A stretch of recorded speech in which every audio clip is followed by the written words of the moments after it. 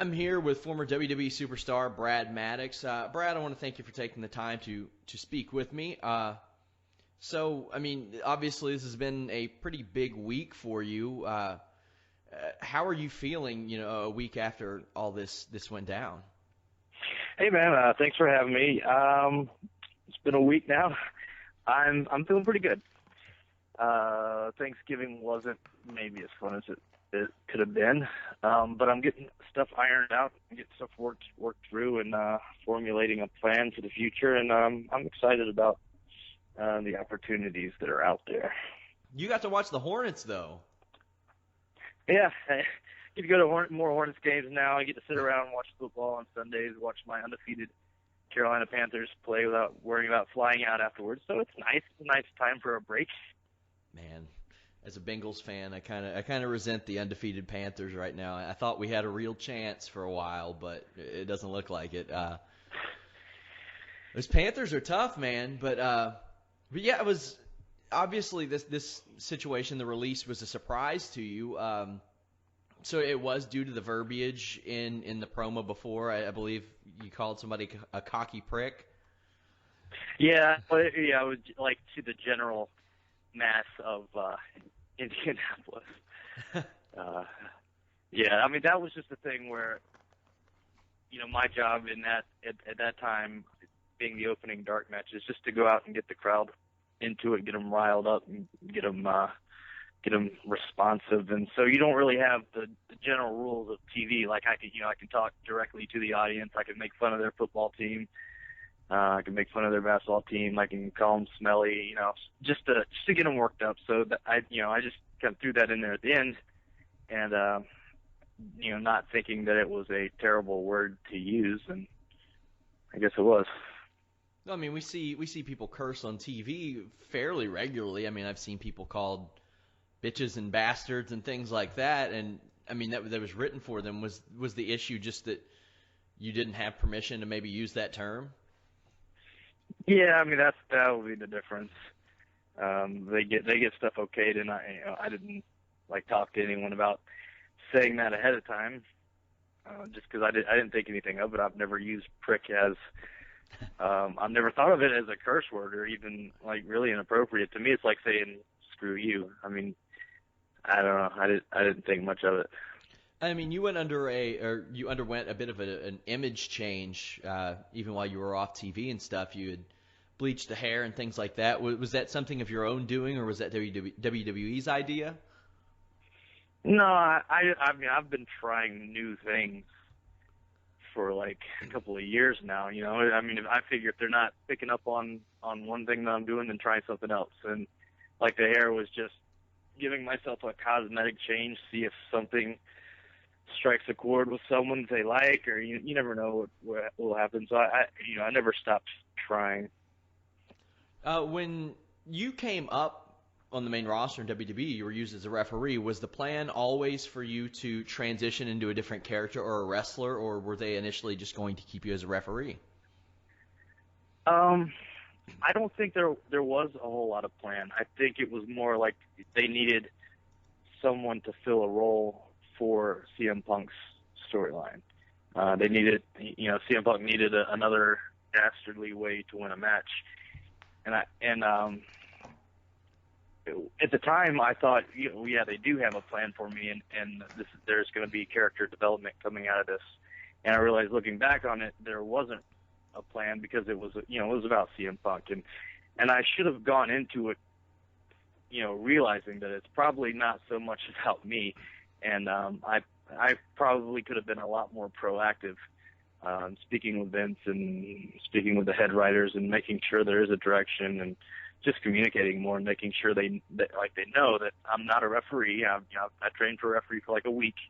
I'm a trained wrestler. I've been in your developmental system for years now, and I'm pretty good at what I do. So is there going to be a plan going forward? And but yeah, there really wasn't. And I think the only reason I stuck around was because Vince threw a promo at me, the week after or however long it was, and I guess he was mildly impressed, and so I think it just kind of morphed into speaking role as a GM.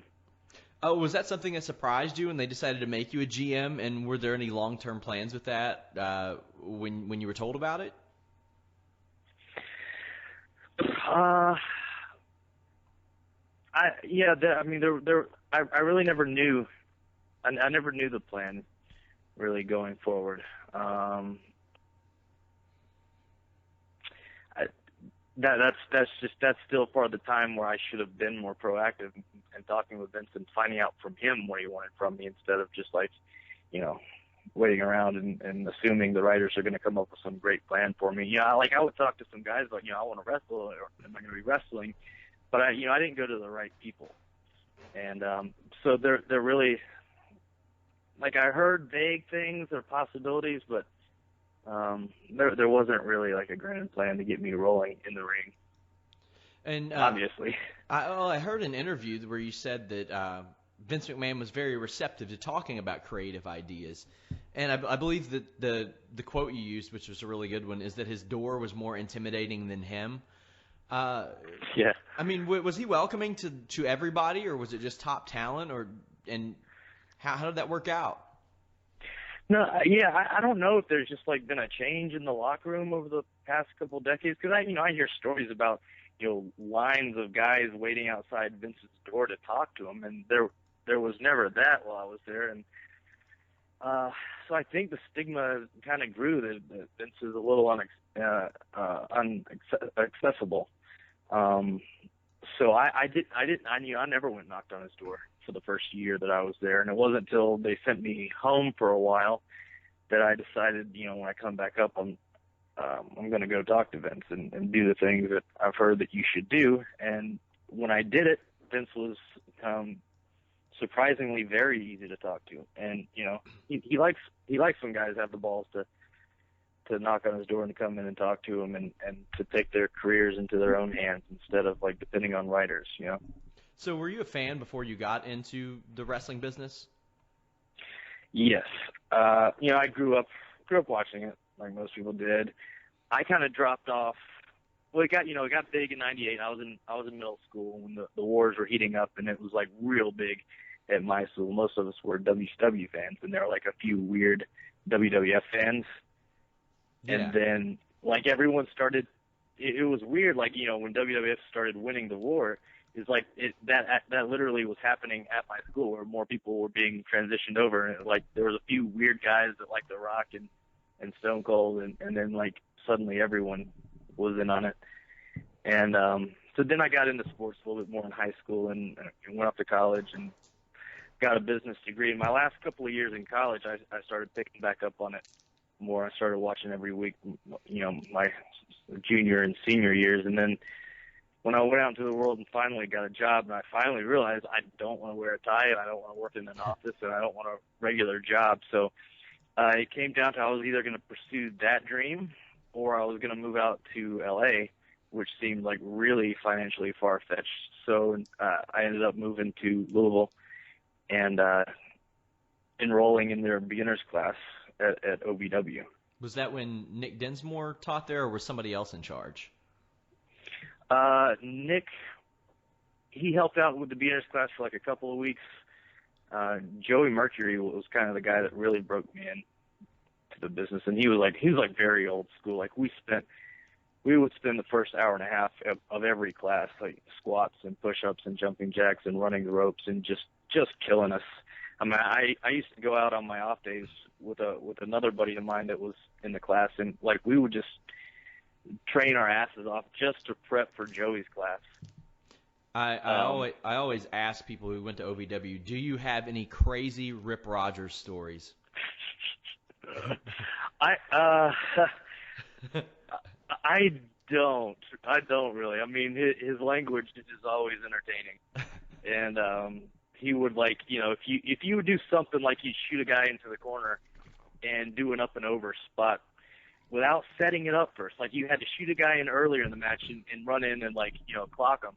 So if you didn't set it up, his psychology is so masterful. If you didn't do something that he thought was common sense basic stuff, he would stop the match and he would cuss you out, and then he would end it with "thank you, love," and then you would you would continue on. He was very entertaining. Actually, I do have a story. My first week there, I was in the beginner's class, and then I stuck around for the intermediate class, which was Rip's class. And I don't know if I was just nervous or what, but I went up to him to ask him if I could stick around, and I called him Kip, Kip Rogers. And I don't know why I said that. And he didn't catch on at first, but then I could see it, like it hit his brain that I had just called him Kip, and he stopped what he was saying. He's like, you look like Eric Bischoff, except he threw in some adjectives before the name, and he meant it clearly as an insult. And then he kind of went off on me a little bit, and that was my first experience with Rip. That guy is one of the most colorful personalities in wrestling history. Man, that guy.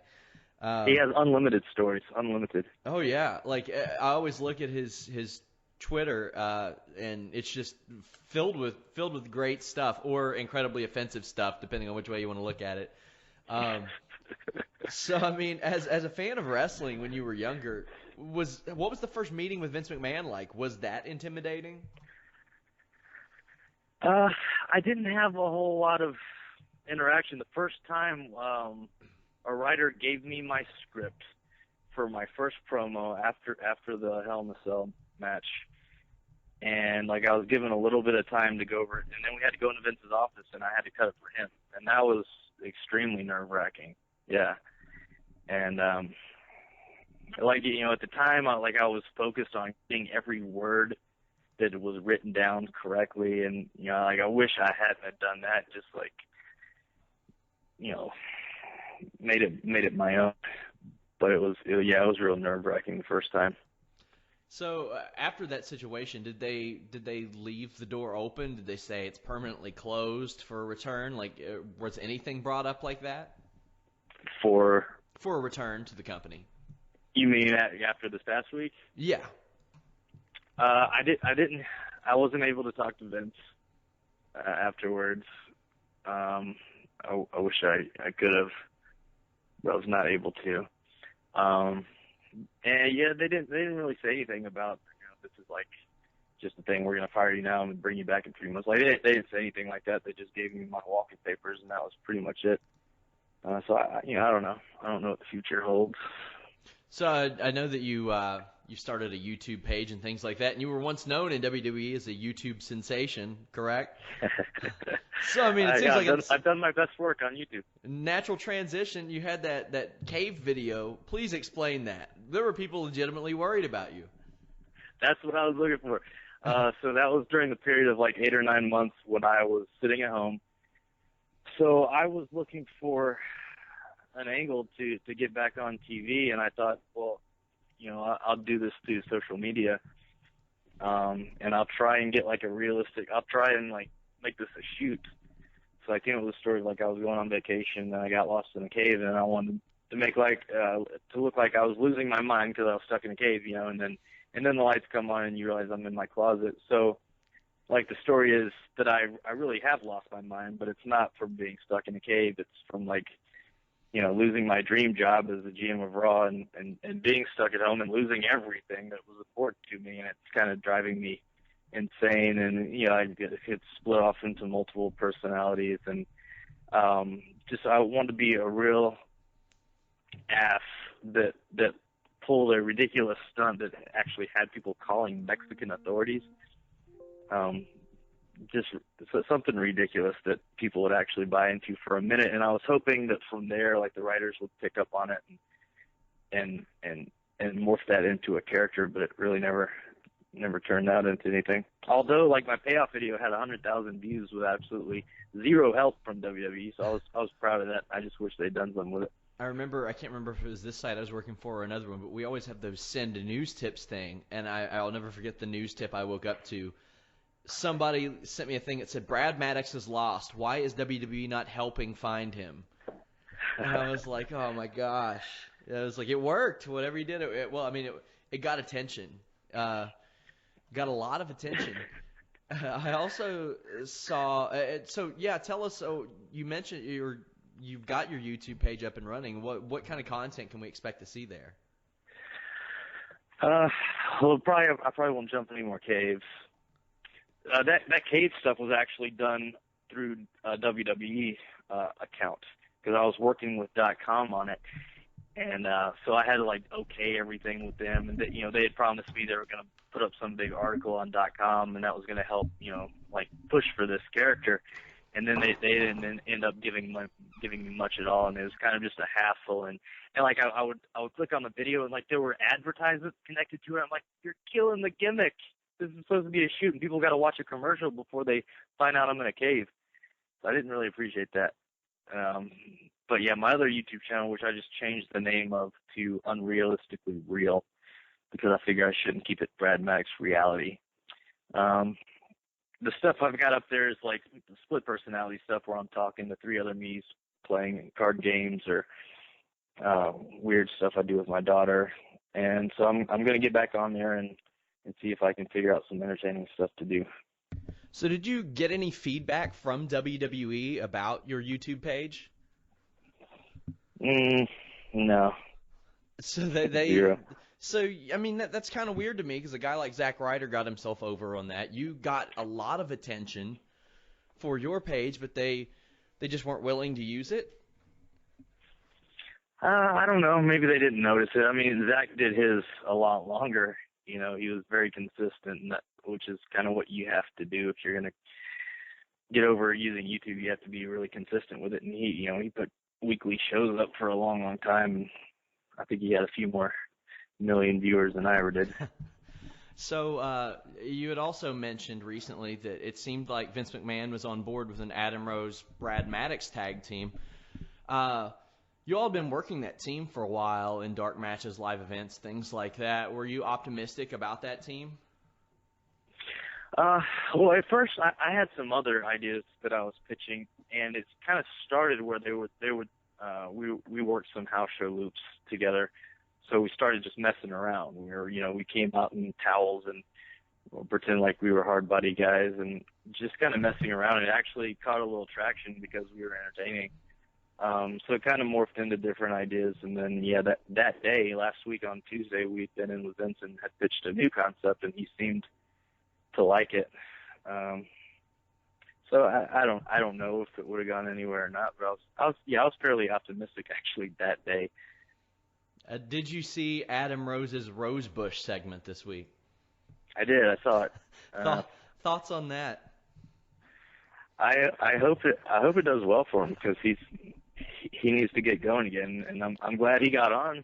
I'm glad he's on Raw, like all of a sudden. So I hope he masters it and gets over with it. You see things like that, and they had, I think it was on ESPN earlier this year, where they told the story about him and his family, and he seemed like, gosh, for a few days there, at least on our side, he was one of the most over people in the world because people saw everything he went through. Do you think they should use more reality-based type of situations like that, like what's going on with his family, or should they stay away from that like they did with him? I don't know. I don't know. It's interesting the way they pick certain things that they go with and other things they don't. I don't know why the decision was made not to run with it. I don't know.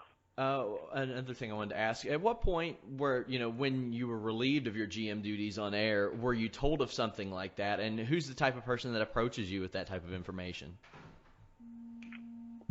Was there a plan after I got TV fired? Yeah. Like who? What were they telling you? Did they just say, "Hey, we're gonna pull you out of this GM role. We have something else for you." Or they'd say, "Well, we don't have anything for you." But yeah, that was a period of time where I was pushing to wrestle, but I wasn't, I wasn't talking to Vince and I wasn't talking to Hunter. I was just talking to writers or assistant writers about it. And so finally, it was like, we have a few ideas, but mainly we just want to get you out of this GM role so we can get you wrestling. But there were never specific ideas ahead of time, and that was a period of time where I should have gone to Vince myself and said, "You're taking me out of this role, so what are we doing?" Okay, just a couple more questions and I'll let you go. What were your favorite angles when you worked with the WWE that you were involved in? Uh, well, I was always hoping like it would put me in a spot where I could be like a sneaky chicken shit heel, but I always ended up getting my ass kicked. And I always, like, I thought with the Ryback match, I thought, well, they're not just going to have him beat the crap out of me and that's that, right? I mean, they could do something with this. And I was hoping that, you know, midway through our match, I'm getting killed and CM Punk comes down to the ring and stops for a second and then, like, punches me in the face and I win by DQ and I'm awarded a contract or something, just like a really slimy way to win a contract. Yeah, I was hoping for something to evolve out of it, but I have a lot of cool memories, at least, you know, working with Vince and working with Hunter and Stephanie and sitting in Vince's office going over promos with him and Daniel Bryan. So it was a cool spot to be, but I've definitely missed wrestling for the last couple of years. Was the team or Vince or Triple H receptive to input on creative? Was any of it ever used, or was it pretty much just what was written is what went? I don't know exactly what happens in that process between the writers and Vince. Yeah, I really don't have a clue, and that's why, you know, it was really helpful when I started just talking to Vince directly when I came back, and I wish I had done that up front because, you know, while I still had some momentum, would have been a lot more helpful because I really, you know, I don't know. That's, you know, I wasn't taking my career into my own hands at the time. So what are your thoughts on the current WWE product? Are there changes that could be made, or how are your feelings on the overall WWE product as of right now? I don't know. I think they're, you know, like they're having to transition new guys in, and it's, you know, I think maybe it's like when SNL, you know, every couple of years people are like, oh, this is the worst cast ever. And you just have to give it a couple of years to settle in and realize, oh, like Kristen Wiig is really, really funny and Will Ferrell's pretty funny. And it's not the new guys, but you just have to get to know them. And I think they're introducing a lot of guys. It's just going to take a little time for people to catch on because the wrestling is better than it's ever been on Raw. And, you know, Hunter's brought in guys that work their asses off. And then you still got guys like New Day, and I'm really happy for Xavier Woods. And those three guys are really entertaining, and they work really hard at being really entertaining. And, like, I don't know if you know how hard it is to orchestrate a three-man promo and to have it synchronized to the level that they have it, but, like, they're super entertaining. And I think it just take a little bit of time, maybe. We might as well call that a four-man promo because that trombone is one of the most over characters on the show right now. It's unbelievable. Those guys just consistently entertain me. I also wanted to talk about your Pro Wrestling Tees page because you're really making lemonade out of lemons here. I'll just go ahead and say that the Indianapolis Prick shirt is fantastic. Well, I mean, I have nothing else to go off of, and I figure if I have my first T-shirts for the first time in 9 years, so had to go with something. I'm excited to have them on a shirt. I love that. Yeah, definitely, guys, go check out his Pro Wrestling Tees page. One more other thing I wanted to note. You mentioned the other day that you were looking for gimmick ideas. One of my favorites that I saw that somebody sent you was to get a full-size Torito outfit and call yourself the Mad Ox, Mad Maddox. I was like, there was some good stuff on there. There was some decent ideas. I'm trying to be more proactive on Twitter. I'm trying to be more socially interactive. So I thought, I'm short on ideas. I might as well see what people think. Maybe I'll keep reaching out, seeing what people want me to do. I'm gonna wait for that Mad Ox gimmick though. I died when I saw that. Yeah, do you have any upcoming appearances or anything like that? Or are you kind of hiding in the weeds for a while? I don't have anything booked yet. I'm putting my plan together, and I'm working on some things non-wrestling related. I'm going to be diving into acting more heavily, but I'm not done with wrestling, and I'll be back in the ring somewhere at some point. I'm excited to, like, get to do what I want every match now. I'm really excited to get back to that, like the old days in FCW, when you could kind of just go out and have fun and you didn't have to overthink it. You could be carny and you could be stupid, and I'm really excited to get back to that. So how much of your in-ring stuff is like just mapped out for you in WWE? I guess it depends on who you are. I mean, like at house shows, you just kind of you put your own stuff together, but there's always input from the producers and the writers and what exactly they want, you know. And it has to be that way when you're running a live television show. You can't have guys going out and doing whatever they feel like, obviously. That's very true. Definitely. Oh, and have you done any acting before? Not really at this point. It's kind of something that I grew into a love for after I started wrestling, because it was always something I was too afraid to do. Like I would never have joined. I would never have done a play in high school or anything like that. I was way too shy. But I sort of in Dusty Rhodes' promo class, actually, is where when I really dove into like character work and doing different scenes and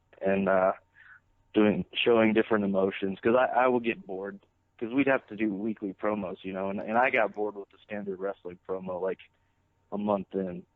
So that's when I started working on characters and doing serious scenes and doing comedy and doing all sorts of different things. So that's about the level of my experience, but I'm excited to get started on that. Well, before we go, please tell the fans where they can follow you on social media. It's at this point, it's still Brad Maddox is WWE on Twitter. I'll probably have to change that. It's still Brad Maddox on Instagram.